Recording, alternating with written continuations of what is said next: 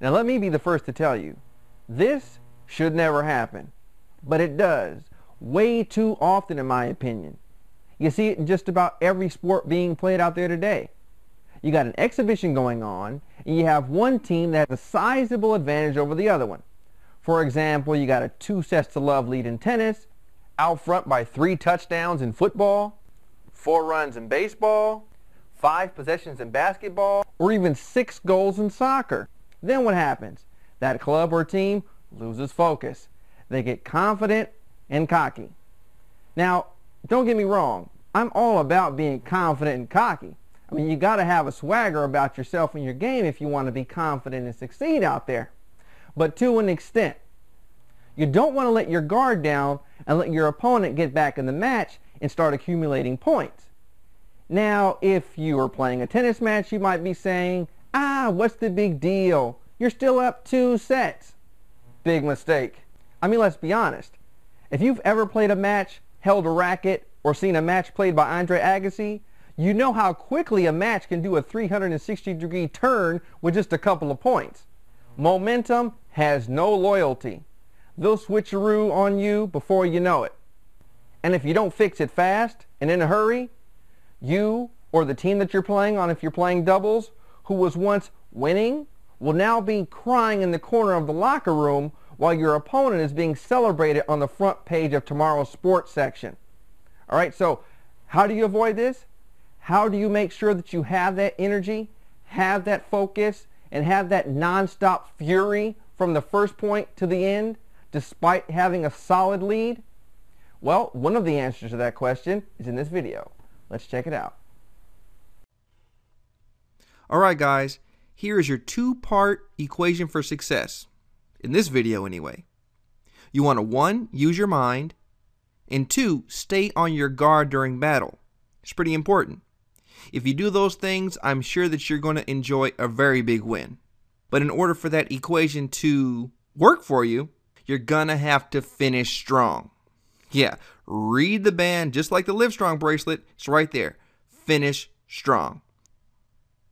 Now, in order for you to prevent a massive mental meltdown from happening to you when you've already done tremendous work and raced out to a great start, first you have to understand why you may be experiencing that performance drop-off on a psychological or mental level.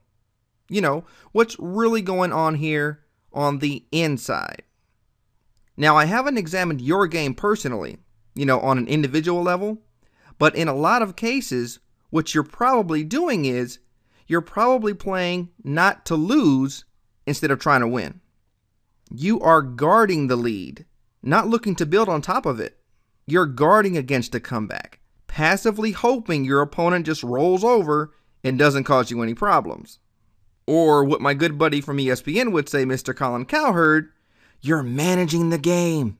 Stop it. Because let me tell you, if you don't fix this and fix it fast, you'll come down with a bad case of consistent comfortability syndrome. You see, confidence can be a great thing, but sometimes strutting your stuff can really hurt you. Oh yeah, you don't want to poke your chest too far out front because you just might tip over. Now, why could this happen to you? Because you can easily get careless and complacent. You'll start saying things like, that's okay. I'll get the next one. I've got space. And if you do that, I'm telling you, this can quickly lead to overconfidence and underestimation and in a hurry. And before you know it, your 5-1 lead is now 5-4 and it's getting tighter by the minute. Now, how does this happen? How does your lead quickly turn from 5-1 to 5-4 before you even know it? Well, it can come about from you indirectly doing one of these 2 different things or both of them. You, 1, think you will win no matter the effort, strategy, or technique you execute, which can leave you incredibly vulnerable. And 2, you're taking your opponent for granted. You're mentally demoting your opponent's skill level and his ability to win. Yeah, in your mind, he's got no shot. So you relax. Your focus drops and your overall hunger and competitive fire takes a hit. Why?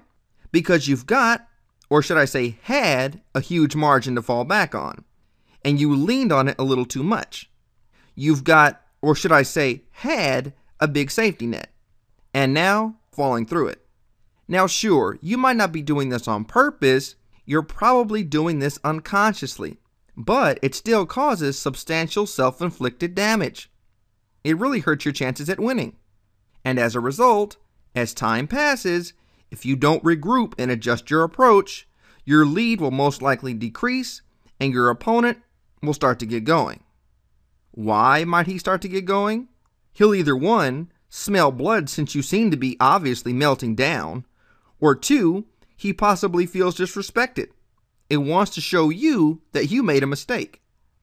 But whatever the reason, best believe, as you start to drop consecutive points in games, he'll be ignited and he'll be coming after you. So the bottom line is, when you've got a good, healthy distance from your opponent, be conscious of the fact that this can happen.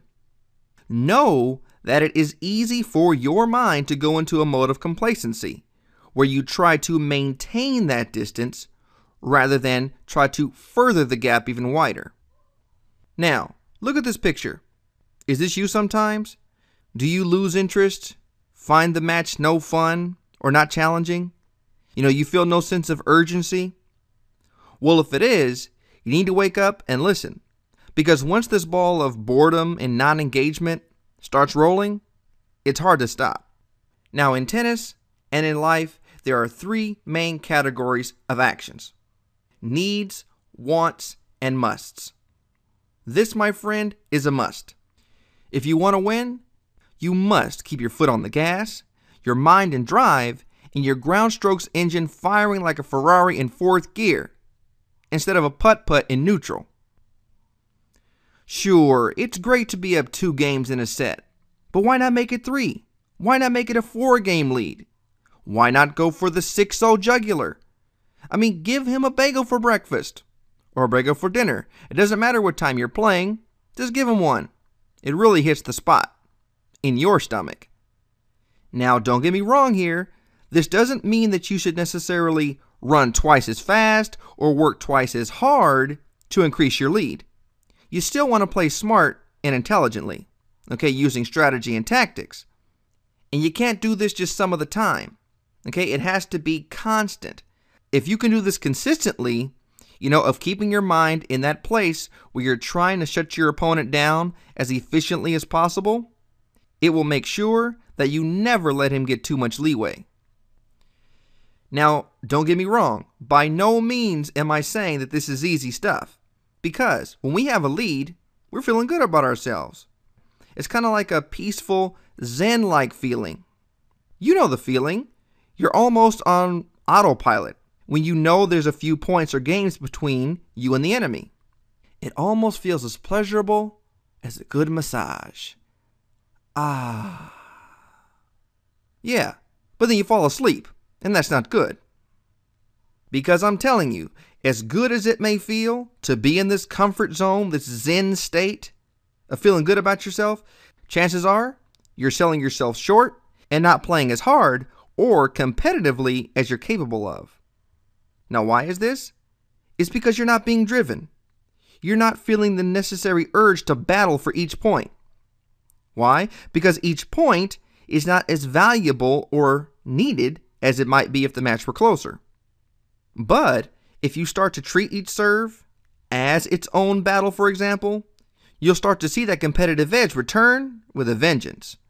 So if you're up a set in 3 games, still keep the fire burning. Treat each game as if it were a tiebreaker. Then treat each point within that tiebreaker as if it were do or die. Because frankly, a lot of times it is. This will help you regain your focus and bring that warrior-like mentality back within your reach. You've got to challenge yourself. That's the only way you're going to stay motivated from the first point to the last and get the W. Now, it's very easy to get bored and distracted when you're stomping your competition. I get that. But this is exactly how we end up falling apart and getting our butts kicked. Now listen, fighting for each and every point as if it were life and death isn't always a good idea. For example, Suppose you're fatigued and you don't want to waste all your endurance too early in the match. In this case, there is a tried and true way to keep your head in the game and not get bored. If your opponent isn't providing the challenge you need, simply challenge yourself. Set a goal for yourself within that serve, within that game, within that set, within that point, and see if you can accomplish it. Perhaps you want to see how many aces you can hit in a row, or how long you can go without committing an unforced error. Or maybe you want to nail the perfect drop shot. Now, that said, whatever you choose, make sure that it doesn't hurt your game or become a distraction, because it can. For instance, you might not want to set a goal of trying to do a cartwheel before returning a volley, or think too much. Just something to play with. Listen, it's way too easy to get distracted when you're ahead of the competition. I know. That's why Jim Carrey started making dramas and Garth Brooks went crazy and changed his name. But these tips will help you regain your focus and keep your crisp gains from turning into crisp losses. So, be on your guard, just don't guard the lead. Extend it. Okay guys, thanks for watching. Hopefully you were able to get something from this video here. Remember, make small goals. It's a battle out there. You want to keep that ingrained in your mind each and every point, every game, every set. And like I said, the small goal strategy is the way to do it. Don't get bored out there. Don't get comfortable. Stay aggressive. Get uncomfortable. Get out of your comfort zone. Alright, so hopefully you liked it. Put a comment in the comment box below to let others know what you thought of it. Make sure you like it so we can get found when you put this stuff in so more players can benefit. And subscribe to the channel. Therefore, you'll get notified as soon as I upload a new video. Alright, so see you again. Hopefully you'll have a great day and an even better game. Tennis Mind Camp out.